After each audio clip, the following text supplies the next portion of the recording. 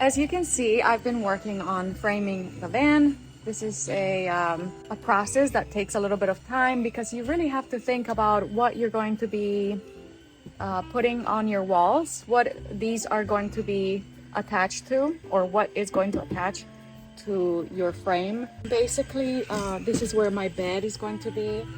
Up above my bed, I'm not gonna have any cabinets. I want to be able to get up and not hit my head on a cabinet, but on this side here I will have cabinets all up here on this wall, and then around my wheel well, this is where my electrical system is going to be, and I want to have basically a flat wall behind it, and I just put these 1x3 furring strips on the wall. First I worked on my horizontal beams. This is going to be the beam that will be holding my bed. I'm gonna have a fixed bed, so I used a 1x4 here just to give me a little bit more support.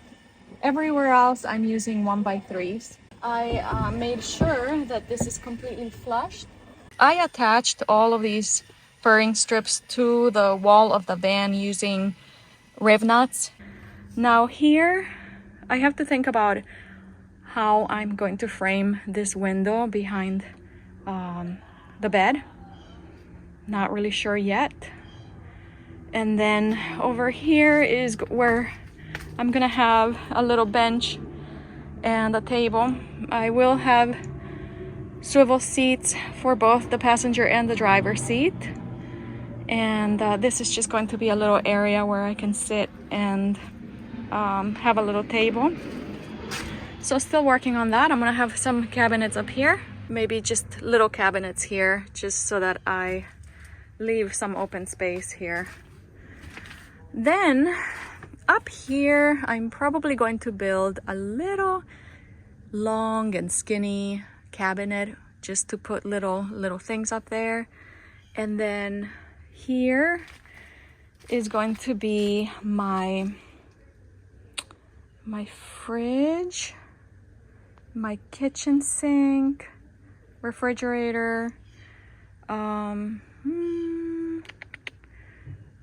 that's it. And then, oh yeah, obviously my shower is going to be here too. So this is how I'm framing this part of the van, up here where the cabinets will go.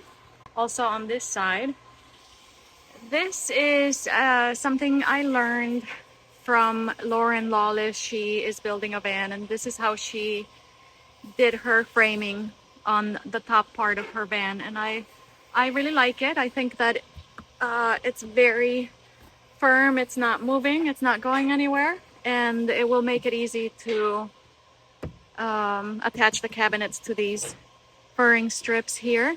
I'm drilling pocket holes and using pocket screws here, 1 1/4 inch pocket hole screws, and I am liking how this is looking so far. So just gotta finish it.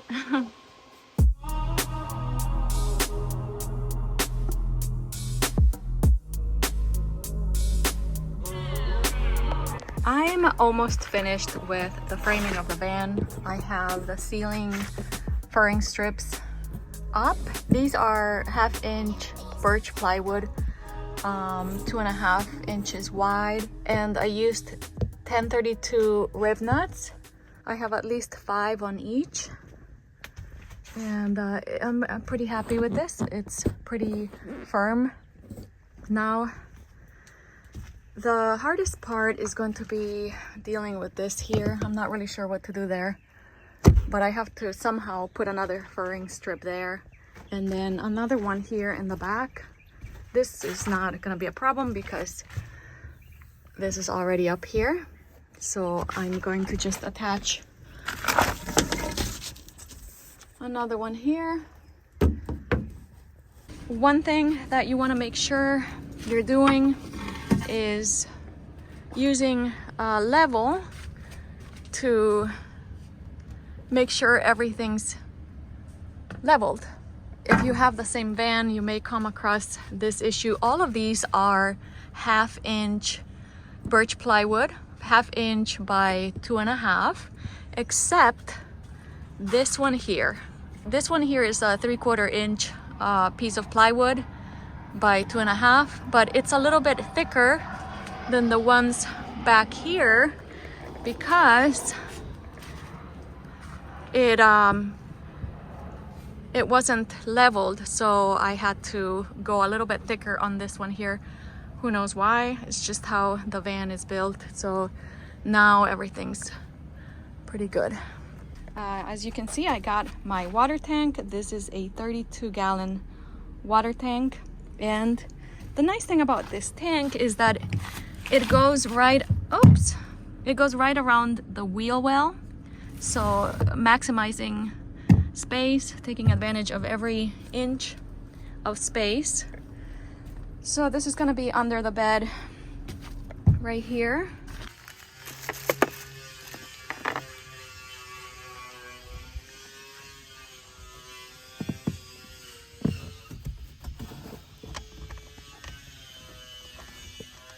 All right, so the way I will do this part here, we have to put a furring strip here somehow so that we can match all the other ones and we can put our ceiling on. So this is at an angle. This here, I don't know if you can tell, but it's about I think a 25-degree angle. So this piece of wood here is also cut at the same angle, and we're gonna put it on. We got the Rivnuts. These are M6 Rivnuts that fit in these little holes.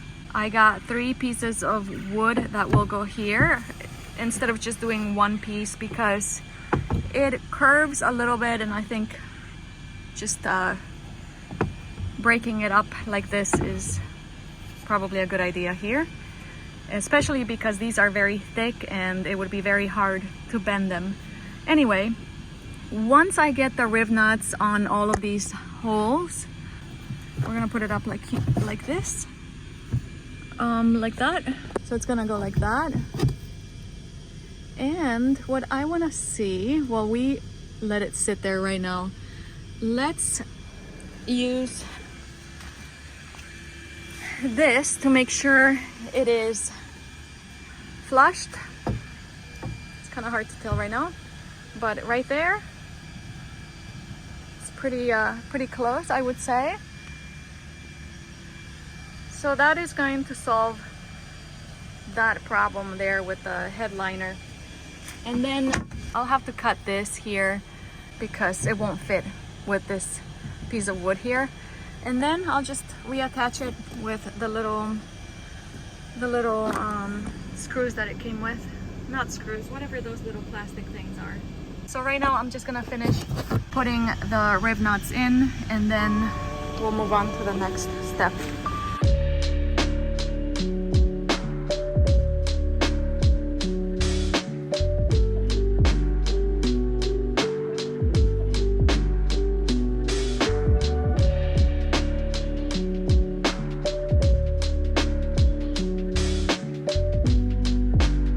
See, now you can see all the Rivnuts that I'm gonna use are installed. I showed you how these work in one of my previous videos, but if you missed it, basically what I was doing is I was inserting this M6 Rivnut on the tool. This is a hexagon Rivnut. So you put it all the way down and then put it in the hole and squeeze.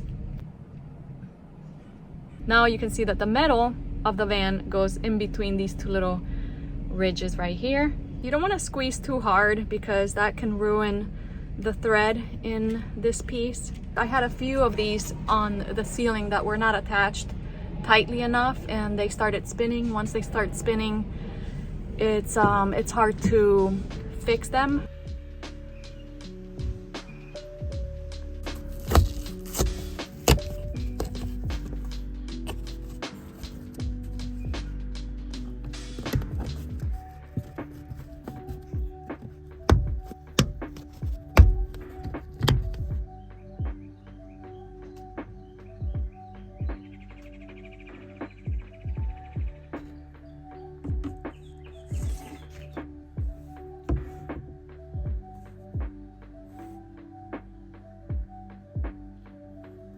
I think that at this point I'm ready to start working on the electrical system, the wiring. I know I've said this before on my previous videos, but it just takes a lot longer than expected. This, especially the framing of the van, well, everything takes long, but if you want to do it right the first time, you're just gonna have to take your time and be patient and make sure that you're happy with your results. I'm really happy with my results. And it's because I made little mistakes. Actually, I have not made that many mistakes.